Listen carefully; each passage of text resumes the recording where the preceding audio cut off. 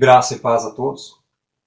Eu estou fazendo esse vídeo pelo motivo de um irmão em Cristo recentemente me contatar e me informar que a liderança da congregação a qual ele faz parte atualmente disse a ele, após ele postar publicamente em uma rede social um pequeno texto em um grupo da congregação a qual ele faz parte.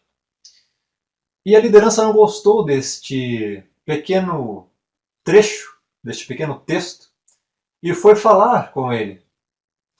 E a liderança disse a ele o seguinte, disse a ele que ele não podia causar ira nas pessoas. A liderança da congregação a qual ele faz parte disse a ele que ele não pode causar ira nas pessoas. E chegaram diante dele e falaram, nós não podemos causar ira nas pessoas. Nós não podemos dar essas indiretas para as pessoas. Nós não podemos usar as redes sociais, os nossos grupos, os nossos meios de comunicação para fazer isto com as pessoas. Nós não podemos causar a ira nelas. Não podemos dar indiretas. O texto que esse irmão usou diz mais ou menos assim, que ele estava triste em ver que muitas das pessoas que hoje se intitulam cristãs, entre aspas, evangélicos, estão muito mais preocupados com as coisas do mundo, em falar das coisas do mundo, em fazer as coisas do mundo, do que se preocupar com as coisas lá do alto, com as coisas eternas, com as coisas celestes, com Deus, com as coisas de Deus. E eles não gostaram disso. A liderança da congregação a qual ele faz parte não gostou desta frase que ele usou, deste texto que ele postou e publicou para eles verem. E quando eu vejo isso, quando me deparo com isso, quando me deparo com um irmão em Cristo que vem e me contata tal informação, eu fico pensando que espécie de liderança nós estamos tendo. Que espécie de pastores, bispos, diáconos, presbíteros, apóstolas, que para mim são apóstatas na verdade, nós estamos tendo. Que espécie de profetas nós estamos tendo dentro dessas igrejas. O Evangelho, ele não veio falar de coisas que você possa ganhar de bens materiais aqui na Terra. Essa não é a prioridade do Evangelho.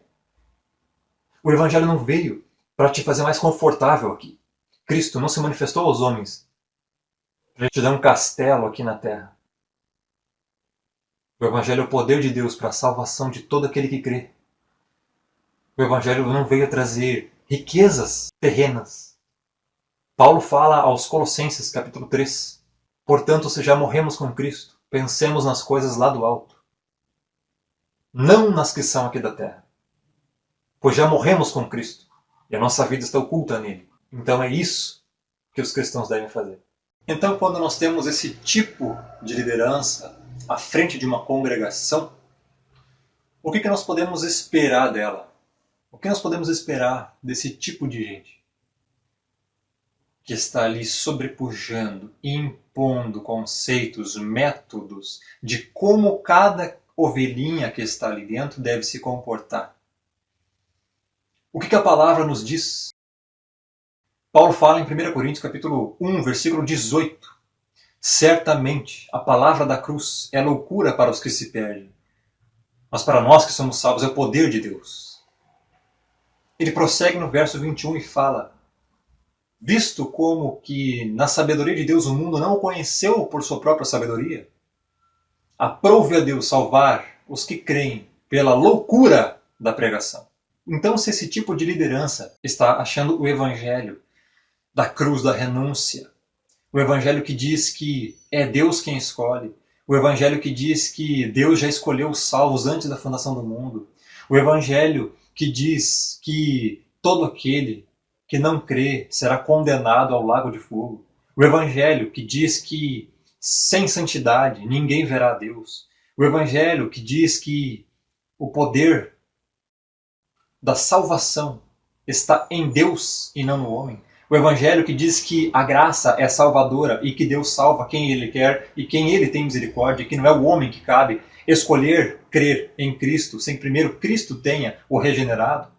Esse Evangelho, o Evangelho que enaltece, exalta a supremacia da soberania de Deus em controlar todas as coisas pelo beneplácito da sua santa e boa vontade. Esse Evangelho, se esse Evangelho é loucura para tais pessoas, para tais lideranças que dizem que nós não podemos causar a ira nas pessoas, porque as pessoas têm que ficar naquele estado de inércia, sentadinho ali no banco, ouvindo o que cada um daqueles pregadores estão falando. Se é loucura, então eu sou obrigado a dizer, eu acredito que o meu dever é dizer que essa liderança nunca conheceu o Senhor Jesus Cristo. Essas pessoas jamais conheceram a graça de Deus. Desconhecem o santo Evangelho. E se elas estão dizendo para os seus membros que nós não podemos causar ira nas pessoas, ao pregar o santo Evangelho, nós vamos pregar o quê se não for o Evangelho? Jesus, o que ele disse? Portanto, indo, preguem o Evangelho. Portanto, ide pregar o Evangelho a toda criatura da terra. Pregar o quê? O Evangelho. Então eu só tenho a dizer para essa liderança o seguinte: vocês desconhecem a Jesus. Vocês desconhecem a Deus. Vocês formaram um Deus com o seu próprio ventre, com seus próprios pensamentos. Esse não é o Deus das Escrituras. Nunca foi e nunca será. O Deus da Bíblia é amor, é misericórdia, é gracioso, é bondoso, é longânimo, perdoa. Mas ele também é um Deus que se ira todos os dias, conforme diz Salmo 7. Convido os irmãos a lerem Salmo 7. Convido essa liderança a ler Salmo 7, acho que ele nunca leu. Salmo 5 diz que ele odeia o homem fraudulento e sanguinário. Provérbios 6, 16, 17, 18, 19 diz que esse mesmo Deus abomina os mentirosos e os que semeiam contenda entre os irmãos. Se vocês estão fraudando o Evangelho, se vocês estão adulterando o Evangelho com esses métodos humanos, se vocês estão prostituindo a palavra de Deus desta maneira, vocês simplesmente são abominações ao Senhor. Os adúlteros não herdarão o reino dos céus. Adultério não compreende apenas você cobiçar alguém, ir para a cama com alguém que não é sua esposa, seu marido, mas também fraudar, adulterar a palavra de Deus, prostituir a palavra de Deus, alterar a palavra de Deus. O método evangelístico é um só. A pregação do Evangelho é uma só. Vocês não têm autoridade alguma para dizer a alguém que nós não podemos causar a ira nas pessoas ao pregarmos o Santo Evangelho. O Evangelho é o poder de Deus para a salvação de todo aquele que crê.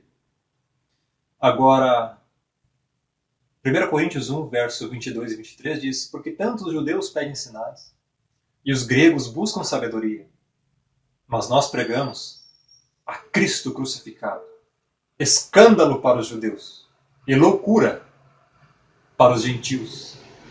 Será que vocês não estão se comportando como esses judeus que rejeitaram o Messias? Será que vocês não estão se comportando como esses gregos, os quais diziam que era loucura um homem se dizer Deus, ser crucificado, morto e ressurreto? Talvez vocês estejam muito longe do Evangelho de Jesus. Talvez vocês nunca conheceram o Santo Evangelho. E esse é o motivo pelo qual eu fiz esse vídeo. Para dizer que pessoas estão sofrendo nas mãos de vocês por vocês não pregarem o Evangelho verdadeiro, mas um Evangelho bruxificado, sincrético, místico, que não tem parte alguma das Escrituras. Um Evangelho que vocês formaram com a própria mente caída de vocês. E vocês prestarão conta de cada alma no dia do juízo, as quais vocês estão tentando manipular a mente delas com esse sistema controlador, opressor, que limita cada pessoa que está lá, em suas congregações. Convido a vocês, Convido essa liderança que se diz cristã, que se diz bíblica, que diz que está dominando tudo, que diz que ninguém pode sair desse aprisco de vocês, que diz, você está com eles ou você está conosco. Convido você a voltar-se às Escrituras, a serem humildes, a não serem soberbos como estão sendo, a não serem orgulhosos, egoístas como estão sendo. Convido vocês a refletirem se vocês são salvos verdadeiramente ou não. Porque se comportando dessa maneira a qual vocês estão se comportando, vocês só dão evidências, frutos, pelas suas obras, atitudes e palavras, que estão guiando um rebanho inteiro ao inferno e não ao céu. O Evangelho causa ira aos bodes. Para os salvos, ele é o poder de Deus. Para os eleitos, ele é a graça salvadora. Paul Washer disse que o Evangelho ele vai causar duas reações nas pessoas. Ele vai ser a salvação para as ovelhas. As ovelhas se submeterão ao Evangelho verdadeiro. Agora os bodes se revoltarão com ira para cima de você quando você pregar o Evangelho. Então não existe essa história de não causar ira nas pessoas. Quando você proclama o santo e verdadeiro Evangelho, todo bode, todo o joio, todo o ímpio que não é eleito, ele rejeitará o Evangelho. Ele vai se irar, ele não vai aceitar, ele não vai se submeter. Essa é a verdade. Infelizmente vocês estão vivendo uma ilusão. Vocês não estão sabendo o que é o Evangelho. Vocês estão proclamando algo que vocês criaram com a mente de vocês. O Evangelho não tem nada a ver com isso. Agora, se os judeus pedem sinais e os gregos buscam sabedoria, eu podia traduzir esse texto, trazendo para o dia de hoje, da seguinte maneira a vocês. Os judeus pedem sinais. Vocês, evangélicos, entre aspas, pedem sinais. Pedem maravilhas, pedem milagres.